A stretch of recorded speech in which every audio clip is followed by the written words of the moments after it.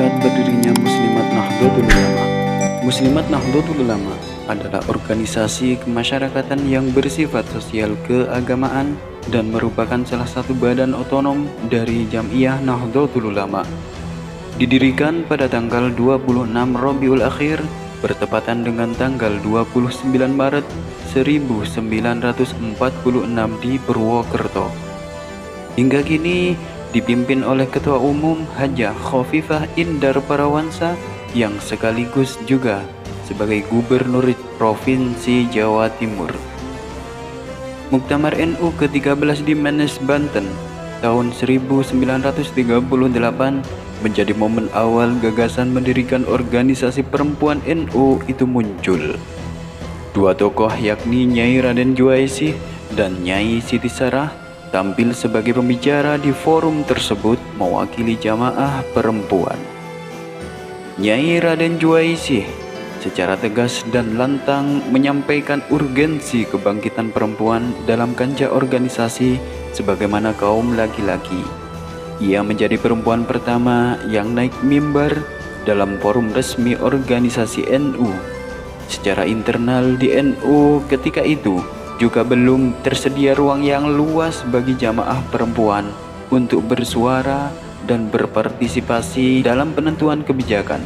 Ide itu pun disambut dengan perdebatan sengit di kalangan peserta muktamar. Setahun kemudian, tepatnya pada Muktamar NU ke-14 di Magelang, saat Nyai Juwaisih mendapat tugas memimpin rapat khusus wanita oleh Raden Haji Mukhtar, utusan NU Banyumas, yang waktu itu dihadiri perwakilan dari daerah-daerah di Jawa Tengah dan Jawa Barat seperti Muntilan, Sukoharjo, Kroya, Wonosobo, Surakarta, Magelang, Parakan, Purworejo, dan Bandung. Forum itu menghasilkan rumusan pentingnya peranan wanita NU dalam organisasi NU, masyarakat, pendidikan, dan dakwah. Akhirnya, pada tanggal 29 Maret 1946, bertepatan dengan tanggal 26 Rabiul Akhir 1365 Hijriah, keinginan jamaah wanita NU untuk berorganisasi diterima secara bulat oleh para utusan Muktamar NU ke-16 di Purwokerto. Hasilnya, dibentuklah lembaga organisasi bidang wanita dengan nama Nahdlatul Ulama Muslimat atau disingkat NOM, yang kelak lebih populer disebut Muslimat NU. Hari inilah yang di kemudian hari diperingati sebagai hari lahir Muslimat NU sampai sekarang. Pendirian lembaga ini dinilai relevan dengan kebutuhan sejarah. Pandangan ini hanya dimiliki sebagian kecil ulama NU, di antaranya Kiai Haji Muhammad Dahlan, Kiai Haji Abdul Wahab Hasbullah, dan Kiai Haji Syaifuddin Zuhri. Atas dasar prestasi dan kiprahnya yang demikian, Muktamar NU ke-19 di Palembang pada tahun 1952, Muslimat NU memperoleh hak otonomi.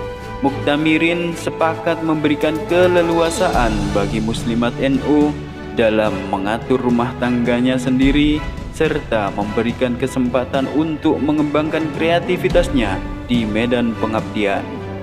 Sejak menjadi badan otonom NU, Muslimat lebih bebas bergerak dalam memperjuangkan hak-hak wanita dan cita-cita nasional secara mandiri. Dalam perjalanannya, Muslimat NU bergabung bersama elemen perjuangan wanita lainnya, utamanya yang tergabung dalam Kongres Wanita Indonesia atau KOWANI, sebuah federasi organisasi wanita tingkat nasional. Di KOWANI, Muslimat NU menduduki posisi penting. Berikut ini adalah para ketua umum pimpinan pusat Muslimat NU dari masa ke masa, yaitu 1. Nyai Khadijah Dahlan tahun 1946 sampai tahun 1947. 2. Nyai Yasin memimpin pada tahun 1947 sampai 1950. 3. Nyai Hajah Mahmudah Mawardi, memimpin pada tahun 1950 sampai 1979. 4. Hajah Asmah Syahruni, memimpin pada tahun 1979 sampai 1995. 5.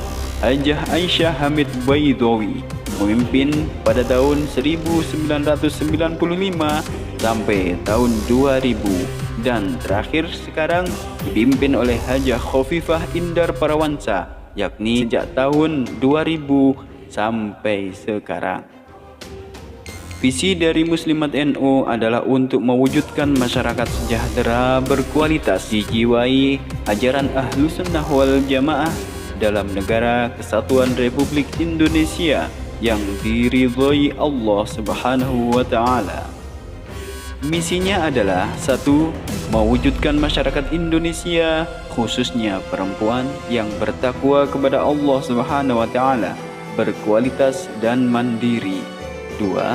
Mewujudkan masyarakat Indonesia, khususnya perempuan yang sadar akan hak dan kewajibannya baik secara pribadi, warga negara maupun anggota masyarakat sesuai ajaran Islam. 3. Melaksanakan tujuan Jam'iyah NU untuk mewujudkan masyarakat adil, makmur, bermartabat dan diridhoi Allah Subhanahu wa Ta'ala. 4. Membumikan Islam rahmatan lil alamin sebagai gerakan moral dakwah Muslimat Nahdlatul Ulama.